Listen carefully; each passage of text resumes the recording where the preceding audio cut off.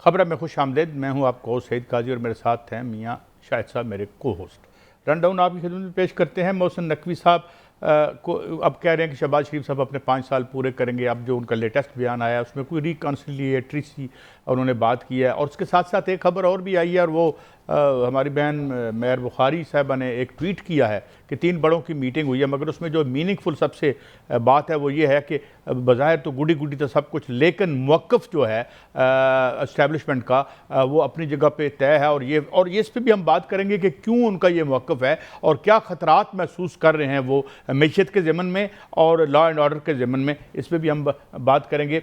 जबकि दूसरी तरफ हम ये देखते हैं कि जनाब तमाम कैबिनेट में राना सनाउल्लाह साहब कह रहे हैं हमें डिफ़ॉल्ट से बचा लिया। आज ख़ास तौर पे हम ये बात करेंगे कि क्या हमें डिफ़ॉल्ट से बचा लिया गया या we have been pushed into a permanent state of undeclared default. गैर एलानिया डिफ़ॉल्ट में हमें मुस्तकिल तौर पर रखा जा रहा है। Please don't lie to us. और हम इतने भी यानी बेवकूफ़ नहीं है कि हम समझ न सकें। आपने हमें गैर एलानिया डिफ़ॉल्ट में रखा हुआ है और बहुत से मैशदान ये कहते हैं कि स्लो डेथ से बेहतर है कि हम क्विक सर्जिकल डिफ़ॉल्ट करके चंद दिनों की तकलीफ ले लें, जिस तरह श्रीलंका ने ली थी, तो शायद हेयर कट मिल जाए। हेयर कट किसे कहते हैं? शायद हम कर्जा कम करवा सकें, सूद कम करवा सकें और ग्रोथ हो सके। वरना ये तो हमें निचोड़ते रहेंगे, वहाँ टॉप ब्यूरोक्रेसी की तनख्वाहें बढ़ाते रहेंगे और हमारी जेब में से हम मुश्किल फैसले करेंगे। मुश्किल फैसला क्या है? गरीब आदमी का पेट्रोल महंगा कर दो, बिजली महंगी कर दो, उसको और ख्वार कर दो। इस पर ख़ास तौर पर आज बात होगी।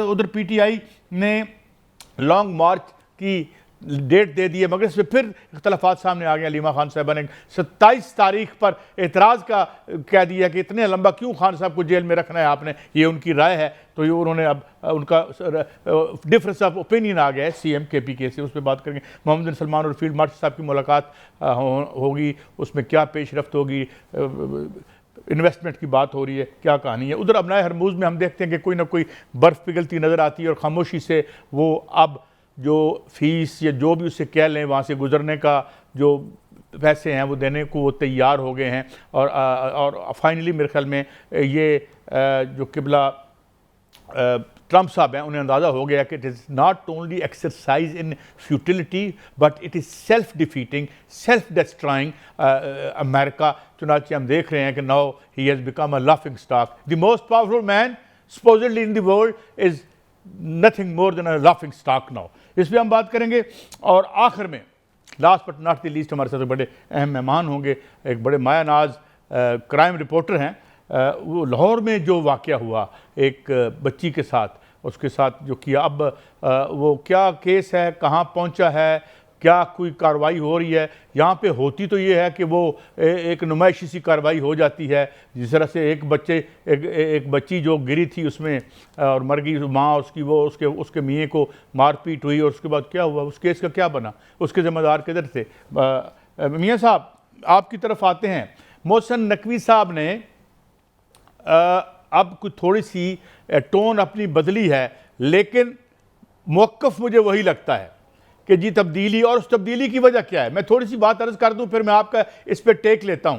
पहली बात तो मैंने ये की थी कि ये संजीदा लोग ये कह रहे हैं कि हमें डिफ़ॉल्ट से बचाया नहीं गया, हम permanent state of undeclared default में हैं और उसकी कीमत हमें क्या देनी पड़ती है? बेल आउट लेते हैं तो क्या होता है? वो कहते हैं जी ये और कीमतें बढ़ाएं जो गरीब आदमी, यानी। और मैंने ये आज इसी पे मैं रिसर्च कर रहा था तो गालिब अक्सरियत जो है मैशदानों की, उसका ये कहना है कि इस स्लो डेथ से बेहतर है, इस स्लो पॉइजनिंग से बेहतर है कि हम सर्जिकली कहें कि एक तो हम उनसे हेयर कट जो है एक मैशत की टर्म है। हेयर कट का मतलब ये है कि भाई हम असी अन्य नहीं पैसे अन्य दे सकते हैं, जिस तरह से बाकी मुल्कों ने किया, जिस तरह श्रीलंका ने किया, तो हम दोबारा से अपनी ग्रोथ को रीस्टार्ट कर सकते हैं। और इन्होंने मिलजुल के पिछले 50 साल में हमें डिफॉल्ट की पोजीशन में रखा हुआ है, हमें गिरवी रखा हुआ है और कहते कि अच्छा तो डिफॉल्ट तो बचा लिया। नो, यू आर पुटिंग अस। मियां साहब ये जो मोहसिन नकवी साहब ने बात की है, ये रियलाइजेशन मौजूद है एस्टेब्लिशमेंट के लेवल पर कि ये सस्टेनेबल नहीं है। और मैं ये बात मैं slow walking to a precipice, एक खाई की तरफ हम आहिस्ता आहिस्ता चल रहे हैं और उससे बचने के लिए मोहसिन नकवी साहब ने ये बात की थी। और मेरे ख्याल में हाँ मसला ये हल होगा या नहीं, इसमें मैं दोबारा अपना टेक दे दूंगा, पहले आप टेक दे दें, क्योंकि जो करना है, जो रिक्वायर्ड है, वो नेक्सस तोड़ना है ठेकेदार का, ब्यूरोक्रेट का और सियासतदान का, जहां सारा माल हड़प हो जाता है, जिस तरह ये IPPs की हम बात कर रहे हैं। वरना आप 35 सूबे भी बना लें तो कुछ नहीं होगा। योर टेक मियां साहब। काजी साहब देखें, जो मोहसिन नकवी साहब ने कल बात की है और उससे पहले भी बात हुई, इसका एक बैकग्राउंड भी है, और जो कल उन्होंने वजाहत दी और साथ मशवरा भी दिया है, इसको मशवरा भी समझा जा रहा है, इसको डिक्टेशन भी समझी जा रही है कि उन्होंने वज़ीर आज़म को बाकायदा तौर पर डिक्टेशन दी है। इसमें काफ़ी मुस्लिम लीग नून के अंदर जो है वो फिर गुस्सा पाया जा रहा है कि मोहसिन नकवी साहब ने एक तो पहले जो बात की उस पर आपने देखा कि रद्द-ए-अमल आया, और पीपल्स पार्टी की जानिब से भी रद्द-ए-अमल आया, और मौलाना फजलुर रहमान ने भी इस पर रद्द-ए-अमल दिया, और सब ने तकरीबन उनसे इस्तीफ़ा मांगा। और कल मोहसिन नकवी साहब ने एक वजाहत जो है वो दी। उन्होंने कहा कि मेरी और वज़ीर आज़म के साथ लड़ाई कराने कुछ दोस्त जो है वो कराना चाह रहे हैं, ऐसा नहीं होगा, वज़ीर आज़म मुद्दत पूरी करेंगे और हुकूमत मुद्दत पूरी करेगी। साथ साथ उन्होंने जो मशवरा दिया है, मैं उसको मशवरा कहूँगा, लेकिन बहुत से लोग उसको डिक्टेशन कह रहे हैं, और वो मशवरा ये दिया कि वज़ीर आज़म अपनी वजारतों की कारकर्दगी जो है उसको जांचने के लिए थर्ड पार्टी ऑडिट करवा लें, और पता चल जाएगा कि किस वजीर की क्या कारकर्दगी है। उन्होंने भी जाहिर है कि कुछ वज़रा जो उन पर तनकीद कर रहे थे उनको उन्होंने तनकीद का निशाना बनाया है, लेकिन इसको ये समझा जा रहा है कि क्या वज़ीर दाखिला वज़ीर आज़म को ये डिक्टेट कर सकता है कि अपने जो वजारतें हैं उनकी कारकर्दगी जांच लें, और ये भी कहा जा सकता है कि थर्ड पार्टी ऑडिट करवा लें। ये वजारतें हैं, ये कोई एक महकमे का जो ऑडिट नहीं है, वो भी तो एक ऑडिटर जनरल करता है, वो भी थर्ड पार्टी नहीं करती, ना कोई जो है वो फर्म करती है। और एक हुकूमत की वजारत जो कि हसास तरीन वजारतें होती हैं, जिसमें वजारत दिफा भी है और वजारत दाखिला खुद जो है हसास तरीन वजारत है, क्या उसका ऑडिट जो है थर्ड पार्टी कर सकती है?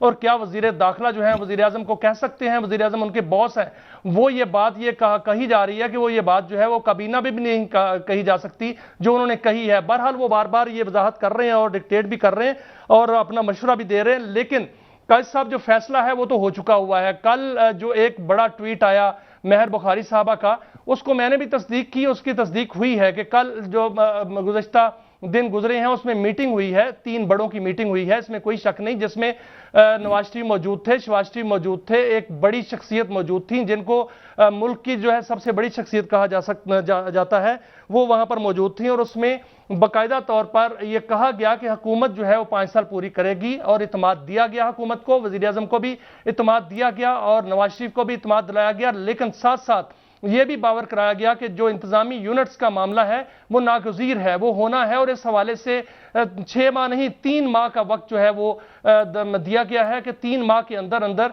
इस तमाम मामला जो हैं वो दुरुस्त किए जाएं और इस हवाले से बंदोबस्त किया जाए बाकायदा तौर पर कि जो इंतजामी यूनिट्स हैं वो बने। और काजी साहब इस हवाले से बहुत सी पेशरफ्त हो चुकी है, जो कल से एक नक्शा भी सामने आ रहा है और बल्कि 33 नक्शे जो हैं वो सामने आ रहे हैं और यूनिट्स के नाम बाकायदा तौर पर सामने आ चुके हैं, कहां कहां कितने यूनिट्स बनने हैं, कितने सूबे बनने हैं, उनके नाम भी सामने आ चुके हैं। पंजाब को तकसीम किया जाएगा 10 सूबों में, और इसके अलावा जो सिंध है उसको 7 सूबों में तकसीम किया जाएगा, और बलूचिस्तान को 8 सूबों में, और खैबर पख्तूनख्वा को 7 सूबों में, और इनके नाम बाकायदा तौर पर जो है वो सामने आए हैं। और ये कहा गया है मुख्तरा की जानिब से कि जो ये फैसला हो चुका है ये नागुज़ीर है, इस पर जो है वो फैसला होना, इस पर अमल दरामद होना है। फैसला तो हो चुका है, लेकिन बड़ी बात जो इसमें नजर आई वो सदर आसफ अली जरदारी माइनस थे, वहां पे मौजूद सदर आसफ अली जरदारी। आपको सर याद होगा जब जो नहरों का मामला था उस पर जाकर जो है ये मामला अटका था और आज तक अटका हुआ है, उनको इस जो पूरी मजलिस में महफिल में माइनस रखा गया, और उनके हुकूमत जो है इसकी राह हमवार करेगी, और हुकूमत ने अपना इत्मीनान लिया, और जो मुक्तदरा है उन्होंने अपना जो है वो जो फैसला है उसको मनवा लिया है। अच्छा, अब एक बात में और एक और तरफ आ चाहता हूं। अब आप थर्ड पार्टी ऑडिट की बात करें, ये जो IMF ने हमारा ऑडिट करके रिपोर्ट दी थी, प्रोक्योरमेंट में 4.16% ऑफ द GDP इज बंगल्ड। ये अगर आप मैंने उस वक्त निकाला था, ये $16 बिलियन तो ये बन जाते हैं। थर्ड पार्टी को तो छोड़े, IMF ने आपको दिया, क्या उस पर आपने इंटरनल इंक्वायरी रखी? क्या किस किस मिनिस्ट्री पर इल्जाम लगाया IMF ने और झूठा लगाया, तो क्यों उनको सख्त सुस्त नहीं कहते हम? एक तो ये बात, वो तो ऑडिट तो पहले से ही मौजूद है। अब मियां साहब मसला क्या है? मसला ये है कि अभी सुहेल वड़ाई साहब का भी शायद इस पर दोबारा कॉलम आया है जिसमें वो शायद उन्होंने ये कहा है, मुझे बताया गया है कि वो बड़े बर्म हुए मियां नवाज शरीफ साहब के, जाएं पता करें ये क्या हुआ और ये क्या बात हुई, दिस एंड दैट। मगर सवाल ये है कि now it is an existential question, this economy has collapsed। अब ये इस बात पे तो कोई बंदा नहीं कहता कि नहीं हुआ। अच्छा, डिफॉल्ट से बचना क्या है? आईएमएफ के तरले जाके फिर फिगर फजिंग पे इससे पहले हम जुर्माना दे चुके हैं, आईएमएफ को कि जी तुम फिगर फज करते हो पैसे लेने के लिए। तो भाई इसको रिट्रीव करना है इकॉनमी को, ये किसी की पर्सनल ईगो का मसला नहीं है, ये किसी 1, 2 या 3 खानदानों के मुस्तकिल जो है इक्तदार में रहने का मसला नहीं है। ये 25 करोड़ लोगों की जिंदगी है। इसमें पाया जाता है, बड़ा स्ट्रॉन्ग तासर पाया जाता है कि अगर 33 यूनिट बन जाते हैं या सूबे बन जाते हैं तो बिलियंस रुपीस जो हैं वो बचेंगे, वो मुल्क की सरमायाकारी में काम आएंगे। क्योंकि जो पैसे जाते हैं, जो सिंध को जाते हैं वो एक जगह जाते हैं, कहां जाते हैं आज तक पता नहीं है। बहुत से ऑडिट हो चुके, बहुत से ऑडिटर जनरल्स की रिपोर्ट आ चुकी और सुप्रीम कोर्ट के फैसले भी पड़े हुए हैं, वो पैसे कहीं पता नहीं चलता किधर गए। जो बलोचिस्तान में पैसे जाते हैं कुछ मालूम नहीं किधर जाते हैं, जो केपी में जाते हैं या पंजाब में जाते हैं वो भी अलल्ले तलल्लों में जो है वो खर्च कर दिए जाते हैं। ये जब बनेंगे तो ये तासर बाकायदा स्ट्रांग है, बाकायदा तौर पर इस पर कि बिलियंस रुपीस ऐसे ही बचेंगे जो फंड्स दिए जाएंगे उससे, और जो वहां से फंड्स आएंगे वफाक को, तो वफाक के पास इतना पैसा होगा कि वो कर्ज नहीं लेगा, जो कर्ज लिया है उसको अदा किया जाएगा। क्योंकि हमारा जो एक्सटर्नल कर्ज है या इंटरनल कर्ज है वो इतना बढ़ चुका है, हमारा सर्कुलर डेट इतना बढ़ चुका है कि 5000 अरब रुपए तो हमारा तवानाई का जो सर्कुलर डेट है वो है। अगर इकोनॉमी का सर्कुलर डेट मुकम्मल तौर पर लगाया जाए तो हमारे बजट के जो हुजम है उससे भी ज्यादा है। तो वो कैसे ये मामला दुरुस्त होंगे? वो इसी तरह होंगे कि जब यूनिट्स होंगे, उसमें ये नहीं है कि सीएम होगा। मुझे जो खबर मिली है वो मेयर टाइप जो मॉडल है वो लाया जाएगा, उसमें जो मेयर्स होंगे वही सारा निजाम चलाएंगे। जो जिले वो वहां पर उसको आप लगा लें चेयरमैन कह लें या उसको जो भी नाम दिया जाएगा, वो लोकल गवर्नमेंट का निजाम जो है वो चलाएंगे। ऊपर एक सेनेट होगी और वहां से पॉलिसी दी जाएगी और पॉलिसी इंप्लीमेंटेशन जो है वो निचली सतह पर होगी। और इसके ऊपर जो है वो जाहिर है ऊपर जो बॉडी बनेगी मैं एक अर्ज कर दूं, है वही अल्टीमेटली मैं आपको एक रिपोर्ट और देता हूं। कल बने, 6 माह बने, बाद बने, वो रेफरेंडम के तहत बने। काजी साहब, रेफरेंडम भी इसमें हो सकता है क्योंकि रेफरेंडम वजीर आजम ने कराना होता है। अगर इसमें इत्तेफाक राय पैदा हो जाता है नून की हद तक और दीगर जमातें पीपल्स पार्टी नहीं आती तो फिर वजीर आजम इस पर मियां साहब मैं अर्ज करूं, अवाम से पूछा जाएगा एक बात बताएं, चाहिए या नहीं चाहिए। एक बात मुझे बताएं, चंद दिन पहले खबर हमने की थी, ऑडिटर जनरल ऑफ पाकिस्तान की रिपोर्ट आई थी जिसमें उन्होंने बताया कि इल प्लानिंग या रॉन्ग प्लानिंग का लफ्ज़ उन्होंने इस्तेमाल किया मिलता जुलता, जिसकी वजह से जो हमारे ये जो आबी हम ज़राए बना रहे थे उसमें हज़ारों अरब का हमें नुकसान हुआ और प्लानिंग की वजह से।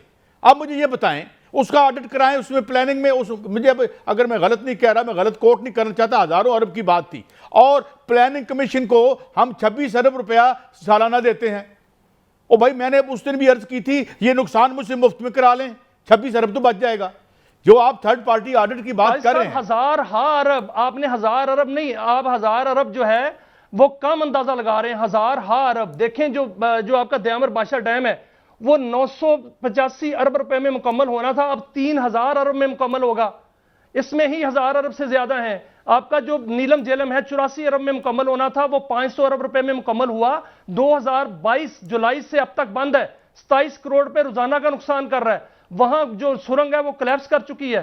किसने उसका ऑडिट किया? उसकी इंक्वायरी पड़ी हुई है, वजीर आज़म उस पर जो है वो क्यों नहीं लेते, एक्शन क्यों नहीं लेते? वापडा के जो चेयरमैन थे उसको क्यों नहीं जो कटहरे में लाया जाता? वहां पर जो है वो जो जिम्मेदारान थे उनके नाम सामने हैं, उनको क्यों नहीं वहां पर कटहरे में लाया जाता? नाईगंज डैम जो है वो कई गुना उसकी कास्ट बढ़ चुकी है।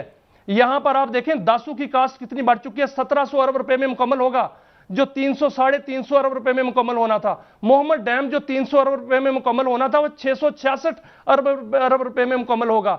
इतनी कास्ट तो नहीं बढ़ती, इतनी कास्ट तो नहीं। सिंपल इज दैट मियां साहब, I have to take the break. 5%, ये तो कई गुना कास्ट बढ़ गई है। मियां साहब, I have to take the break. Simple one fact, पहली बात तो ये कि ये जो कार्टलाइजेशन हुई है डीरेगुलेशन के नाम पे, ये अगर नहीं टूटती तो ये अब सस्टेनेबल मॉडल नहीं है। अब मैशत, आलमी मैशत, पाकिस्तान की मैशत, वो अल्ले तल्ले जो हम पहले करते थे, अब वो उस तरह चल नहीं सकते। अब मीट नहीं रहा इतना मैशत में, अब तो बेयर बोन्स हैं। तो वी मस्ट डू समथिंग, और इंशाल्लाह कुछ बेहतरी होगा। ब्रेक लेते हैं, ब्रेक से जब वापस आएंगे तो पीटीआई के लॉन्ग मार्च की बात करेंगे, मोहम्मद बिन सलमान साहब की बात करेंगे, अपना हरमूज़ की बात करेंगे, और लाहौर के थाने क्या इस तरह खौफ हमारी बच्चियों। पहले भी एक वाक़या हुआ था, एक नाके पे एक बच्ची रेप हुई थी, बहुत पुरानी बात है, बहन भाई दोनों घर से निकले थे, और ये क्या है, और इस पर क्यों नहीं हम इबरत का निशान बनाते ताकि ना हो। मरीम साहब तो इस पर बड़ी सख्त हैं और हम उन्हें सपोर्ट भी करते हैं।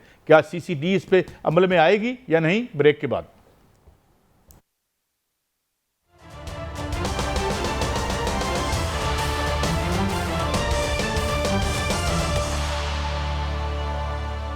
Welcome back.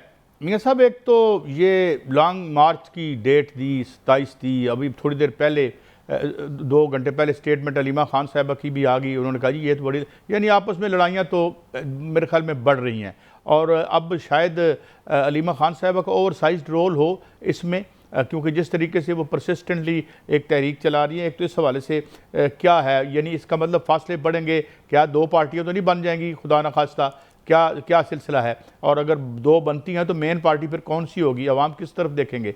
या रिकन्सिलिएशन करेंगे या अपनी राय बदलेंगे, डेट बदलेंगे? किबला, क्या खबरें आपके पास जो चीफ मिनिस्टर हैं KPK के? मियाँ साहब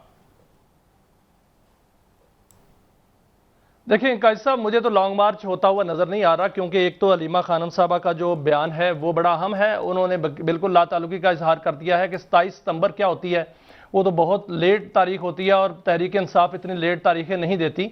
और उन्होंने बाकायदा तौर पर एक साहब से लाइल्मी का इजहार कर दिया है। दूसरा, आज जैसे ही कल ये ऐलान हुआ और आज साथ ही मुज़ाकरात की बात हो गई, और आमिर डोगर साहब जो थे वो आज स्पीकर साहब के साथ बैठे हुए थे, और वहाँ पर स्पीकर साहब ने उनको और तारिक फजल चौधरी जो हैं उन्होंने बाकायदा तौर पर मुज़ाकरात की दावत दे दी। उन्होंने कहा पार्लियामेंट के अंदर ही मुज़ाकरात हो सकते हैं और हम दावत देते हैं, और उन्होंने दावत जो है वो ले ली। वहाँ पर बाकायदा बातचीत इस पर हो गई। और असल में बात कायद साहब ये है कि जो तहरीक इंसाफ की इस वक्त मौजूदा क़यादत है वो लॉन्ग मार्च करना नहीं चाह रही, वो तारीखें ज़रूर देना चाह रही है। मुझे ये बताएं कि अभी तो जो मौजूदा MNAs हैं वो पार्टियों कमेटियों में जाने के लिए जो है वो उनकी ख्वाहिशमंद है, और ख्वाहिश है कि हम कमेटियों में चले जाएं। उनकी ये ख्वाहिश है कि हम बाकायदा तौर पर वापस पार्लियामेंट के अंदर उसी तरह आएँ जिस तरह पहले थे। जुनेद अकबर साहब जो हैं चाहते हैं वो PSC में जो अपना किरदार अदा करें। असल में मसला ये है कि हुकूमत को ये कहा जा रहा है, जो अंदर की खबर मैं बताऊं, कि हमारी मुलाकात करा दें, हमारी मुलाकात, ये बड़ी खबर है, हमारी मुलाकात एक करा दें ताकि इमरान खान साहब से मुलाकात हो जाए और हम ये जवाब पेश करने में हक बजानब हो जाएं कि इमरान खान साहब ने हमें कहा है कि आप दोबारा जो है कमेटियों में चले जाएं, और हम कमेटियां भी इंजॉय कर लें, हम हुकूमती जो है वो मरात भी इंजॉय कर लें, वो उन्होंने कहा हो या ना कहा हो। चले, ये मसला दरमियान में ये है। अगर लॉन्ग मार्च आता भी है तो हुकूमत ने मुकम्मल तैयारी की है कि इस्लामाबाद के अंदर उसको दाखिल नहीं होने देना। ठीक हो गया, चलें, ये तो अब मुज़ाकरा, हुकूमत मुज़ाकरात कितने करने की अहल है या नहीं, इस पर बाद में बात करेंगे हम। अब ये बताएं कि मोहम्मद बिन सलमान साहब भी आ रहे हैं, और अब अपना हरमूज़ का भी मसला हल होता नज़र आ रहा है, और लगता है कि अब फाइनली वैसे I don't believe mister Trump, उसका कोई पता नहीं, उनका वेला वक्त कोई नहीं है, वैसे भी उनकी ज़हनी कैफियत के बारे में मुख्तलिफ डाउट्स पाए जाते हैं, मगर इस वक्त ये लगता है कि उन्हें अंदाज़ा हो गया है कि वो क्या किस किस्म का ब्लंडर कर चुके हैं, हो ही ब्लंडर्ड इनटू अटैकिंग ईरान। तो ये इस हवाले से भी हमारा आपको दोबारा रोल होगा। मोहम्मद बिन सलमान जो आ रहे हैं, ज़ाहिर है इन्वेस्टमेंट के अलावा ये जंग भी डिस्कस होगी, तो इस हवाले से क्या एजेंडा है या कुछ बताया गया है?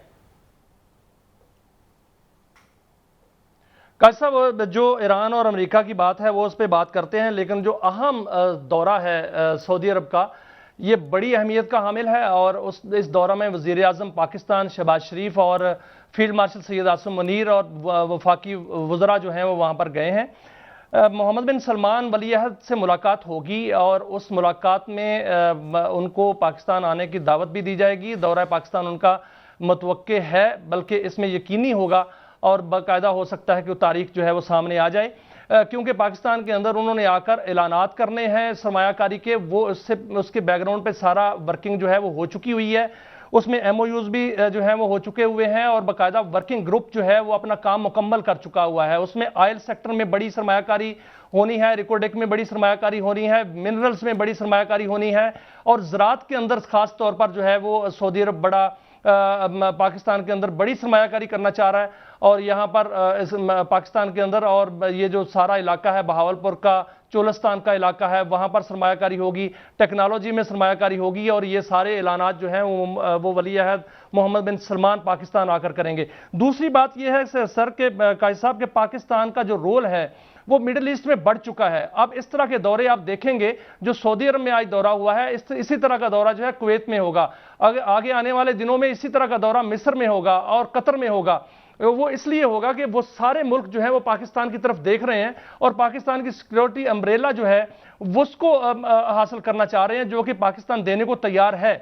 और सऊदी अरब के साथ जो हमारे ताल्लुकात हैं वो तो दरीना भी हैं, मजहबी भी हैं और दोस्ताना भी हैं। और जो मौजूदा सूरत हाल जो हौसियों के साथ सऊदी अरब की बनी, उसमें पाकिस्तान डटकर सऊदी अरब के साथ खड़ा हो गया और खड़ा है। और अभी जो मुलाकात होगी उसमें मिडल ईस्ट की जो सूरत हाल वो तो डिस्कस होगी, लेकिन ये मुलाकात और ये दौरा पाकिस्तान के हवाले से बड़ा अहम भी है और बड़ा फायदेमंद भी है। उसमें मईशत भी डिस्कस होगी, उसमें दिफा भी डिस्कस होगा, उसमें पाकिस्तानियों का वहां रोजगार भी डिस्कस होगा और बाकायदा तौर पर ऐलानात होंगे। और उसके बाद या जब यह दौरा मुकम्मल हो जाएगा तो एक बड़ा उमरा भी वहां पर होगा, जो कि सरकारी तौर पर जो है वो शाही उमरा उसको कहा जा सकता है, वो भी है, जिसमें वजीर आजम, वज़रा और फील्ड मार्शल जो है वो उमरा अदा करेंगे और फिर वो पाकिस्तान लौटेंगे। और साथ ही हो सकता है कि वली अहद मोहम्मद बिन सलमान का दौरा पाकिस्तान का ऐलान भी हो जाए। चले, ये अच्छी बात है और हमारे लिए भी मेरे ख्याल में अपना हरमूज़ का खुलना बहुत ज़रूरी है। हमारा जो रोल है इसमें हमें जो माशी तौर पर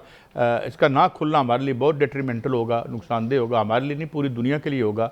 लेकिन ज़ाहिर है हमारी ज़्यादा ही नाजुक सूरत हाल है, उसकी वजह यह है कि हम टोटली डिपेंडेंट। आज आपने देखा ना मियाँ साहब, वो खसारा 25% कॉरस्पॉन्डिंग पीरियड में बढ़ गया हमारा, क्योंकि हमारी इंपोर्ट्स बढ़ती चली जा रही हैं वो वहीं पे। तो हमें और माशी अपॉर्चुनिटीज़ चाहिए, ये खुलना हमारे लिए बहुत ज़रूरी है। और उसके खुलने के साथ साथ हमारा जो रोल मिडल ईस्ट में बढ़ेगा उसमें भी हमारे लिए माशी प्रॉस्पेक्ट्स और खुलेंगे। और फिर जो हमारा मिलिट्री इंडस्ट्रियल कम्प्लेक्स है इसमें भी हमें कोई आमदनी की उम्मीद है। सोमालिया का भी कोई वफ्द आया हुआ है वहाँ, इससे पहले तो सुना था कि शायद हम उनसे मुआहदा नहीं कर रहे या कोई उनके साथ क्या डील बनेगी।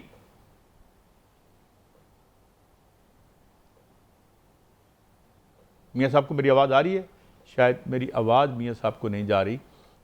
जी कायद साहब, ये मैंने अभी सोमालिया की बात की है, सोमालिया के साथ भी कोई बात, कोई वफद वगैरह की इसमें क्या कुछ पेशरफ्त? जी कायद साहब, ये खबर हम पहले भी दे चुके हैं। सोमालिया के साथ जो है मुआहदा, दिफाई मुआहदा, वो तकरीबन साइन हो चुका है। उसको MOU कहा जा सकता है। वजीर दिफा ख्वाजा आसिफ साहब ने उस पर साइन किए हैं। जो सोमालिया के वजीर दिफा हैं वो पाकिस्तान के अंदर मौजूद हैं। उन्होंने अस्करी क़यादत से भी मुलाकात की है, तमाम जिसमें फील्ड मार्शल से उनकी मुलाकात हुई है, उनकी मुलाकात जो है वो एयर मार्शल से हुई है। और ये बड़ी ही अच्छी मुलाकातें रही हैं और इसमें जो कौमी सलामती के अमूर हैं और दिफाई अमूर हैं वो डिस्कस हुए हैं। और दोनों मुल्कों के दरमियान बाकायदा तौर पर दिफाई मुआहदा, बाकायदा तौर पर जिसको एग्रीमेंट कहते हैं, वो होने वाला है। लेकिन अभी MOU जो है वो साइन हो चुका है और इस पर इत्तफाक मुकम्मल तौर पर हो चुका है। कायद साहब, जो पाकिस्तान की जो किरदार है इस मिडिल ईस्ट में, मैं पहले भी बात कर रहा था कि वो मजीद बढ़ रहा है और मजीद बढ़ेगा। और पाकिस्तान की मुसल्लह अफवाज जो हैं वो इस वक्त सऊदी अरब में मौजूद है। पाकिस्तान की जो एयरफोर्स की वहां पर स्ट्रेंथ है वो वहां पर मौजूद है और मजीद बढ़ेगी। और इस जो मुलाकात हो रही है, इसके अलावा उसके बाद जो बाकी दीगर ममालिक हैं वहां पर भी पाकिस्तान का जो है वो बाकायदा रोल बढ़ेगा। आपना हरमुज़ जो खुलती है अगर, और उनमें डील जो है वो बन जाती है, जो कि मुझे डील होती हुई और बाद में ये मुआहदा चलता हुआ नजर नहीं आता। वो इसलिए कि आज इजराइल का बयान जो है वो बड़ा उसमें खतरनाक बयान उन्होंने दिया। उन्होंने कहा है कि डील हो ना हो हम सलामती के लिए अपने इकदाम करेंगे। इसका मतलब है कि जो स्पाइलर है वो अपना काम जरूर दिखाएगा। उसमें अब अमेरिका की दानिशमंदी है और मिडिल ईस्ट में बाकी ममालिक की दानिशमंदी है कि उसको किस तरह आगे लेकर चलते हैं। लेकिन पाकिस्तान की जो बंदरगाहें हैं, जिसमें कराची में जो बंदरगाह है वहां पर और हमारी जो ग्वादर बंदरगाह है वहां पर उसका रोल बढ़ने वाला है। सारा जितना भी ट्रैफिक आएगी, जो तेल की ट्रैफिक गुजरेगी, तजारत की ट्रैफिक होगी, वो इन बंदरगाहों पे आएगी और यहां से आगे जो है वो पूरी दुनिया में उसकी तरसील जाएगी। और इसके अलावा जब अगर अमन हो जाता है तो ईरान की जो बंदरगाहें हैं, बंदर अब्बास और चौबहार, वो भी इन बंदरगाहों के साथ जुड़ने वाली हैं, जो कि आगे जो यूरोप की 60 जो ममालिक हैं उनके साथ जो है वो मिलेंगे और मिडिल ईस्ट और सेंट्रल एशियाई रियासतों के साथ उनका जो है वो लिंक होगा। और अल्टीमेटली जो चाइना है, चाइना साउथ जो सी है, वहां पर इस तजारत को उस तरफ से भी ले जाया जाएगा और ये खुंजराब के रास्ते तुर्की तक जो है वो इस तजारत को ले जाया जाएगा। अभी जो हमारे वजीर रेलवे हैं वो बाहर थे, मुल्क से बाहर थे, उन्होंने बाहर जाकर जो कारकर्दगी दिखाई है और वहां पर जो सरमायाकारी के लिए उन्होंने बाकायदा तौर पर बातचीत की है, वो क्या है? वो ईरान के अंदर से जो रेलवे लाइन गुजरनी है, जो तुर्की तक जानी है, अजरबैजान तक जानी है, उस पर काम हो रहा है। सीपैक 2 का जो काम है वो तकरीबन उस पर वो स्टार्ट हो चुका है। आज वजीर आज़म के साथ चीन के जो सफीर की मुलाकात हुई वो भी बड़ी अहम है, उसको बड़ी अहम अहमियत दी जा रही है, क्योंकि उन्होंने चाइनीज सदर का एक खत जो है वो वजीर आज़म को दिया, जिस पर उन्होंने पाकिस्तान की तारीफ की, जो पाकिस्तान ने चाइनीज जो तकरीबात हैं वो मनाई हैं उस हवाले से, और साथ साथ सीपैक 2 की बात की गई है। ये बात की गई है कि इसका दायराकार बढ़ाया जाएगा, ये बात की गई है कि पाकिस्तान में मज़ीद सरमायाकारी जो है वो लाई जाएगी। ये भी बात उसमें हुई है कि जो सीपैक का दायराकार है उसमें बाकी ममालिक को भी शामिल किया जाएगा। अब कायद साहब, होना ये है कि अगर ये मुआहिदा हो जाता है और इसको सस्टेन कर जाता है ये मुआहिदा, तो पाकिस्तान जो है वो इस खित्ते का आप समझ लें कि सुल्तान होगा। देखें, it will depend on the economic management पे होगा हमारा।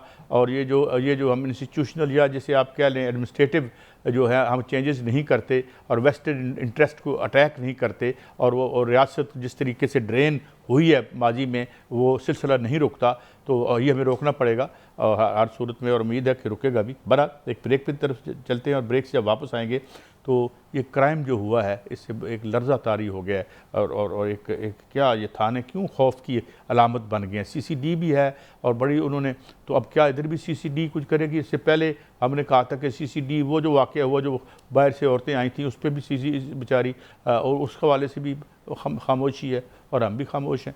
ब्रेक के बाद हाजिर होते हैं।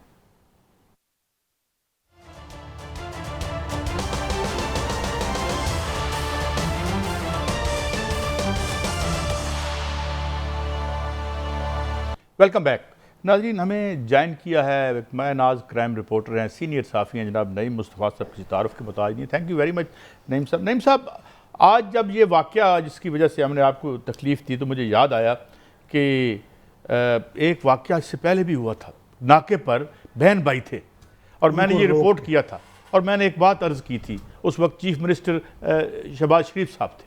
मैं कहा सर आपका कोई कसूर नहीं। मैं मेरे बच्चों अपनी बहनों के साथ रात को घर से बाहर ना निकलना, बाहर पुलिस के नाके लगे हुए, वेरी सैड हैं, वेरी सैड। और उसका भी मैं पूछूंगा कि क्या हुआ था और ये क्या हुआ, पहले ये मुझे बताएं। ये निहायत दिलखराश, अफसोसनाक और इखलाकियात की गिरावट की आखिरी स्टेज पर ऐसा जुल्म कि जो अमन के मराकिज़ हैं, जाए अमन कहते हैं ना, आप जाए अमन, अगर वहाँ इस तरह की मिसालें कायम होंगी और वो लोग जो अवाम के तहफ़्फ़ुज़ के ज़िम्मेदार हैं वो इस अंदाज से इज़्ज़तें पामाल करेंगे तो उस पर मातम ही किया जा सकता है।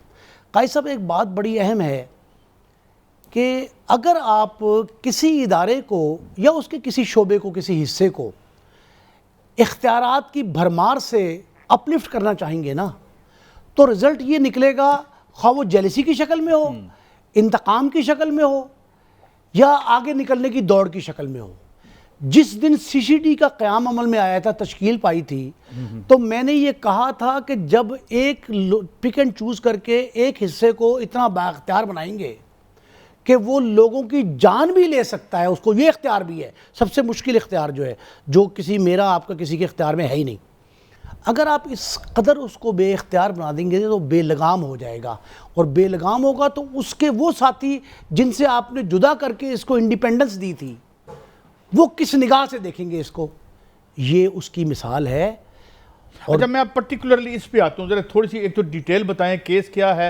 लेकिन नहीं मुस्तफा साहब, ये जो अच्छा, आप इख्तियारात की बात कर रहे हैं और सीसीडी की आपने बात की है, ये इसका इख्तियार इस केस में नजर नहीं आया, क्योंकि सीसीडी हम जो सुनते आए हैं, देखते आए हैं कि कोई भी जुर्म होता है सीसीडी सामने आती है। अगर कोई ऐसा जिस तरह रेप हुआ है, इस तरह का जुर्म होता है, सीसीडी बाकायदा वो एक इस्तिलाह है फुल फ्राई और हाफ फ्राई, वो कर देती है, किसी को जो है वो मार दिया जाता है। साहब मैं नहीं, मैं ये नहीं बात, मैं ये नहीं कह रहा, मैं तो कह रहा हूँ कि ये टाइम नहीं हुआ।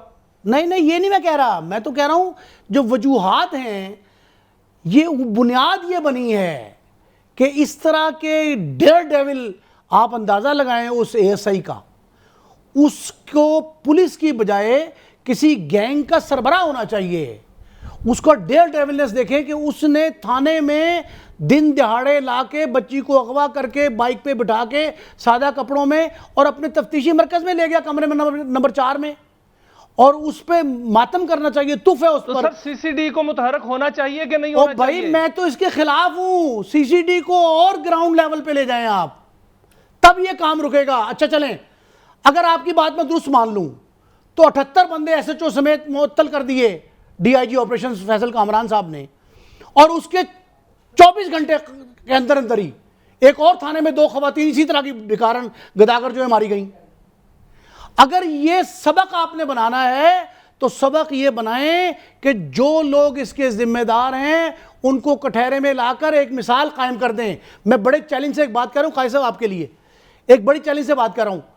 पाकिस्तान की इस पूरी तारीख में जो 100 साल होने को है, सदी होने को है, इस तारीख में मुझे एक कांस्टेबल ऐसा दिखाएं जिसकी लाश फांसी लग के आई हो। सजाए मौत नहीं बतानी आपने मुझे कोई शख्स, कोई कानूनदान, कोई जज, कोई अशराफिया में से कोई सियासतदान, कोई जर्नलिस्ट, किसने बाप दादा से कहानी सुनी हो कि लाश पड़ी है, फांसी लग के आई है कांस्टेबल की। लेकिन नहीं मुस्तफा साहब, सीएम साहबा ने बड़ी इस्लाहात जो हैं वो कर दी हैं। सीएम साहबा ने तो बहुत काम किया है, उन्होंने वर्दी बदल दी, उन्होंने थाना कल्चर तब्दील करने के लिए जो है वो बड़ा काम किया, 7 किस्म की फोर्सेस बना दी, जिसमें मैं गिनवा सकता हूं आपको कि पुलिस फोर्स तो है ही, डॉल्फिन फोर्स भी है, सीसीडी है, क्विक रिस्पांस फोर्स है, एंटी रॉबरी फोर्स है, एंटी जो टेररिस्ट फोर्स है, इस किस्म की फोर्सेस हैं। तो फिर भी क्राइम नहीं रुक रहा। ओ भाई मेरी बात सुने, भी तब्दील कर दी गई है, सुने, रेड लाइन है, सीएम साहबा कहती है कि मेरी रेड लाइन है सुने, की इज्जत। मैं उसको तो हकीकत आपको उसकी रिस्पांस देंगी, उसके पसे पर्दा हक़ाइक़ बताता हूं। अफकार ताज़ा से है जहां ताज़ा की नमूद, संगो खिच से होते नहीं जहां पैदा, ये संगो खिच से जहां पैदा कर रहे हैं। मैंने आपसे ये कहा कि आप कई प्रोग्रामों में कायद साहब को मैं कह चुका हूं कि आप मुझे ये बताएं कि पूरी पंजाब पब्लिक लाइब्रेरी और काज़म लाइब्रेरी, पंजाब सारी लाइब्रेरी मिला के वो पूरी की पूरी किताबें गधों पे लाद दें। आप गधों पे किताबें ला के उनको पढ़ा लिखा साबित कर रहे हैं। ओ भाई ये तो दौड़ लगवा के जितने खबीस थे, जितने बदमाश थे, उनको जो आगे निकल गए उनको भर्ती कर लिया आपने। आप ये बताएं कि आप सिर्फ एएसआई को गिरफ्तार करके, थाने को मुअत्तल करके आप क्या रोक सकेंगे क्राइम? आप सीसीडी, आप 16 और फोर्सेस बना दें, 20 और बना दें, तमगे नए लगा दें, रैंक जितने मर्जी लगा दें, तो उससे इनका कल्चर तब्दील होगा, इनके अंदर का जो हैवान है वो खत्म हो जाएगा। मुझे आप बताएं कि इस एएसआई को अगर तरक्की मिलकर एएसआई बनाया गया या टीएसआई भर्ती हुआ, अगर कांस्टेबल हुआ तब भी मुझे बताएं डीपीसी किसने की थी, इसको भर्ती किसने किया था, इसके कागजात दस्तावेजात किसने चेक की थी, इसका खानदानी बैकग्राउंड किसने देखा था। और भाई हेल्थ, सिक्योरिटी फोर्सेस और एजुकेशन, 3 ऐसे डिपार्टमेंट हैं, वर्ल्ड क्लास मिसाल दे रहा हूं, जिनके हसब नसब देखा जाता है कि ये कहां के हैं, कहां से आए। और भाई आपने सारे के सारे नजिस और नहूस किस्म के लोग रख लिए। इस फोर्स का किबला दुरुस्त करने के लिए सीसीडी नहीं चाहिए। मुस्तफा साहब, एक और भी तो मिसाल कायम हुई है लाहौर में, एक और भी मिसाल कायम हुई है सर, वो भी मैं आपके सामने रखता हूं, उस पर भी रहनुमाई फरमा दीजिए। अब्दुल्ला ताहिर साहब का एक कत्ल होता है और उस कत्ल में बताया जाता है कि जदीद तरीन टेक्नोलॉजी इस्तेमाल की गई है, उसमें ड्रोन से उनकी रैकी की गई है। लाहौर में तो जो सेफ सिटी है वहां पर सर्वेलेंस की जाती है। क्या वो पुलिस जिसका कल्चर नहीं बदला, अच्छा, मैं थोड़ा सा नाबल्द है? मेरी आवाज आ रही है मीर साहब एक मिनट ठहरिएगा, एक मिनट ठहरिएगा। मैं पहले अब क्या दफात ठीक लगी हैं? बिल्कुल गलत। ये तुझे तो बताए ना। सबसे बड़ी बात, पहली बात, सबसे पहली बात, बची हुई अखबार दिन के 1:30 बजे वो यूसुफ नामी शख्स मिल गया, एनी शाहिद, जिसने कहा कि मुझसे, इसने कहा बच्ची को उठा के बिठाओ, ये माजूर है, ज़हनी मत बचाओ। कहां ले जा रहे हो? उन्हें कहा तफ्तीश के लिए ले जा रहे हैं। उस बच्ची को किडनैप किया गया। कहां लगी दफा किडनैप की? एक। दूसरी बात यह है कि सबसे बड़ा जुल्म इस कौम के साथ जो हो रहा है, मुझे आप लाहौर तो मेट्रोपॉलिटन है ना, पूरे पंजाब में एक बड़े चैलेंज से कह रहा हूं, एक एफआईआर दिखाएं जिसके कंटेंट दुरुस्त होते हैं और मबनी पर हकायक होते हैं। एक कोई एफआईआर। अच्छा, आपने पहली बात ये कही कि वो दफा नहीं लगी, और रेप की दफा लगाई? रेप की दफा लगाई ऐसा लूला लंगड़ा माजूर केस है ये मुकदमा, जिसमें चंद रोज के बाद जब ये नया केस एक आएगा और ये उस पर छा जाएगा नया केस जो है, और ये सब भूल जाएंगे और ये शख्स बाहर बैठा होगा। एक और बात बताऊं आपको, जितने 78, यही तो अवाम सवाल कर रहे हैं सर, जो सवाल हो रहा है वो यही हो रहा है कि पेटी बाई को बचा लिया गया, आम मुजरम को जो है गोली मार दी गई। ओ भाई नहीं, उससे काम खराब हो रहा है। मियां साहब एक बात समझें, जब आप सीसीडी से मुतालबा करते हैं कि इस शख्स को अंजाम तक पहुंचा, तो वो अंजाम तक पहुंचाने का कौन है? उसको आप लाइसेंस टू किल दे रहे हैं। आपको कराची के 2 सानयात पे जो ऑपरेशन हुए वो याद नहीं है कि लाशों के खूनरेजी के आगे आपने खून की दीवार खड़ी की और नई खूनरेजी शुरू हो गई, बोरीबंद लाशें मिलने लगी, घुटनों में जो है, टखनों में, सरों में, कंधों पे ड्रिल होने लगा। यानी वायलेंस बिगेट्स वायलेंस। अब एक और मुझे बात बताएं जी, वेयर इज दैट फैमिली? उस पर कोई प्रेशर है? अब एक मैंने वीडियो भी देखी कि जी वो गलत इल्जाम। भाई छोड़ें, आप मुझे एक बात बताएं, जिस थाने में वो गई, बच्ची को ले जाया गया, वो इमरान अनवर जो खबीस है, मैं तो उसका नाम भी लेना चाहता, इतना बदबख्त इंसान है वो जिस जगह लेके गया, वहां लेडीज पुलिस 16 मौजूद थी थाने में, 16 लेडी कांस्टेबल्स। उनमें से एक वहां नहीं गई उस कमरे में, एक। और किया क्या? उजरे गुना बदतरस गुना। जब वो मेडिकल के लिए ले गए उसको, सारे रास्ते माजूर बच्ची को, उसकी मां को कहा जाता रहा, मुदैया को, कि बड़ा डाटा बंदा है थानेदार, पुलिस ने मथा नहीं लाई था, सुलह कर लो रास्ते में। उससे पहले कि उसका मेडिकल हो, उसको प्रेशर डाला गया। उसके बाद में उसको डराया गया, वहां पहुंच के जब मेडिकल हो गया, पॉजिटिव आ गया, तो उसको डराया गया। उससे कहा बीबी एक तेरी बच्ची सही है, 3 माजूर है ना उसके, उन्होंने कहा एक तेरा सही है बच्चा, उसके लिए तू अजाब झेल रही है, उसको भी पकड़ के अंदर कर देंगे ये, तो बात आ जा। हर हरबा इस्तेमाल किया गया। क्या वो बैकआउट कर गए बेचारे? ओ सर जी, वो इस काबिल ही नहीं है। आप मुझे बताएं कि ये मियां साहब कह रहे हैं जी कि सीसीडी के हवाले कर दिया जाए। ओ भाई, एक जुर्म पे नया जुर्म क्रिएट कर लें आप, क्यों? और आप कानून के हवाले करें उसको, उस बदबख्त को। एक दूसरा ये है कि पूरे पंजाब में मैं चैलेंज से कह रहा हूं, 50 से 60% लोग पुलिस में ऐसे ही भर्ती हैं, इसी तरह के हैं। उनकी सबकी आप पूरी की पूरी रिकॉर्ड निकालें, उनकी इंक्वायरी कितनी कितनी पेंडिंग है किसकी। आप सीसीडी की बात करते हैं, मैं सीसीडी के 80% लोग ऐसे बता दूं जो क्रिमिनल है, क्रिमिनल बाकायदा, उनके खिलाफ मुकदमात दर्ज हैं, इंक्वायरियां पेंडिंग हैं। 2 बातें। तीसरी बात, आला अफसरान जो 18वें अब जो जीओज हैं, गेजेटेड ऑफिसर्स, उनकी दोहरी शरीयत है। जब लाकानूनियत, आइन के खिलाफ वर्जी इस अंदाज से होगी, तो आप तवक्को क्या रखते हैं कि थाना मुअत्तल करके, अगर मुअत्तल करके हल होना होता तो आपने फौरी तौर पे आपको ये पता लग जाता कि जनाब ये 2 वाकयात, 2 औरतें। लेकिन नहीं मुस्तफा साहब, जो सीएम साहबा हैं वो इस पर जो है वो बहुत ज्यादा तवज्जो देती हैं। वो कहती हैं कि जो और खवातीन हैं उनकी इज्जत रेड लाइन है, तो उनके जो वालिदैन पे दबाव है, क्या सीएम साहबा आपके ख्याल में कोई ऐसा नोटिस लेंगी कि उनको इत्मीनान हासिल हो और उनको तहफ़्फ़ुज़ मिल सके और वो बिल्कुल आज़ादाना तौर पर अपनी बेटी का केस जो है वो लड़ सकें और उसको जो मुजरिम है उसको सजा मिल सके, बड़ी माजरत से फांसी का फंदा लग सके। बड़ी माजरत से एक बात कह रहा हूँ, सीएम साहबा एक बड़े खानवादे से ताल्लुक़ है उनका, सारी उम्र सियासत में गुजारी है उन्होंने, उन तक इत्तलात 100% गलत पहुँचती हैं। इन्होंने कहा काजी साहब ने दफात इसलिए गलत लगाई जाती हैं, इसलिए अगवा और मैं बदकारी और हरामकारी बदअखलाकी कहता हूँ उसको, बदअखलाकी की दफात नहीं लगाई जाती और फिर उनको क्राइम दिखाया जाता है। दफात तो होती ही नहीं, मुकदमात तो होते ही नहीं, असल में दर्ज ही सही नहीं होते, कुछ बर्किंग के निशान है, कुछ दफात छुपाई जाती हैं, चोरी की जाती हैं। तो काजी जो उनके पास काजी साहब आती है ना, डिटेल्स फरिश्तें और जो ब्रीफिंग उनको दी जाती है सीएम साहबा को या उनके साथियों को, वो ब्रीफिंग में असल हक़ाइक़ आदाद-ओ-शुमार नहीं होते, उनको नहीं बताया जाता।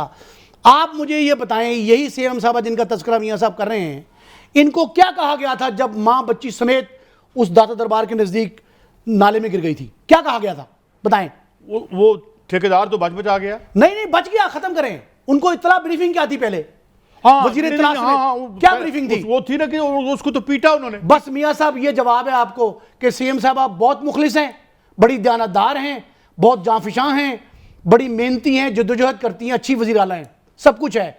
उसके बावजूद उनके नाक के नीचे लाहौर जो है ना, लाहौर ये आधा पाकिस्तान है, पहले कराची आधा पाकिस्तान था, अब लाहौर आधा पाकिस्तान है।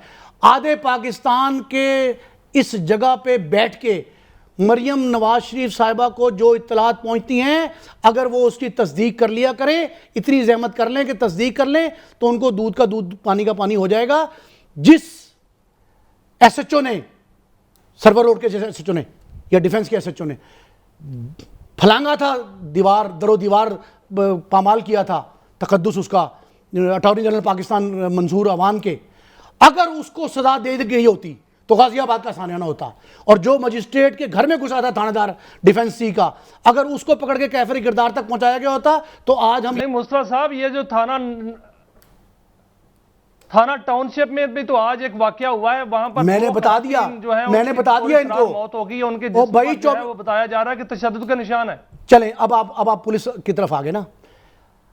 मैंने आपसे कहा कि थाना मुअत्तल करने के 24 घंटे के अंदर टाउनशिप में 2 गदागर खवातीन हलाक हो गई, जहां भाग हुई। और मौक़िफ़ क्या लिया पुलिस ने? इंतहाई अहमकानापन, रेडिकुलस मौक़िफ़ ये लिया पुलिस ने कि जनाब ये नशे में थी। अगर वो नशे में थी तो तुमने उनका पहले मेडिकल करवाना था, उनके खिलाफ मुकदमा दर्ज करना था मंशियात का। और क्या मंशियात के आदि शख्स को तुम पकड़ के लाते हो, उसका मेडिकल भी नहीं कराते? मातम करने को जी जाता है इन पे। फाइनली मैं एक क्लोजिंग ये बात करूं, नईम साहब, इससे एक दिल बहुत दुखा हुआ है और नईम मुस्तफ़ा साहब का और सबका दिल दुखा हुआ है, मगर कोई किसी को एग्जाम्पलरी पनिशमेंट ये नहीं होती कि हमें को मज़ा आता है किसी को सजा देने के लिए, वो एक होता है कि आइंदा पेशबंदी हो जाए। बहरहाल उम्मीद रखते हैं सीएम साहब तक हमारी आवाज़ पहुँच जाए, हमारी नईफ आवाज़, तो एक मिसाल कायम कर दें ताकि आइंदा ऐसा ना हो। इजाज़त दें, अगले हफ्ते फिर मिलेंगे। अल्लाह हाफिज़।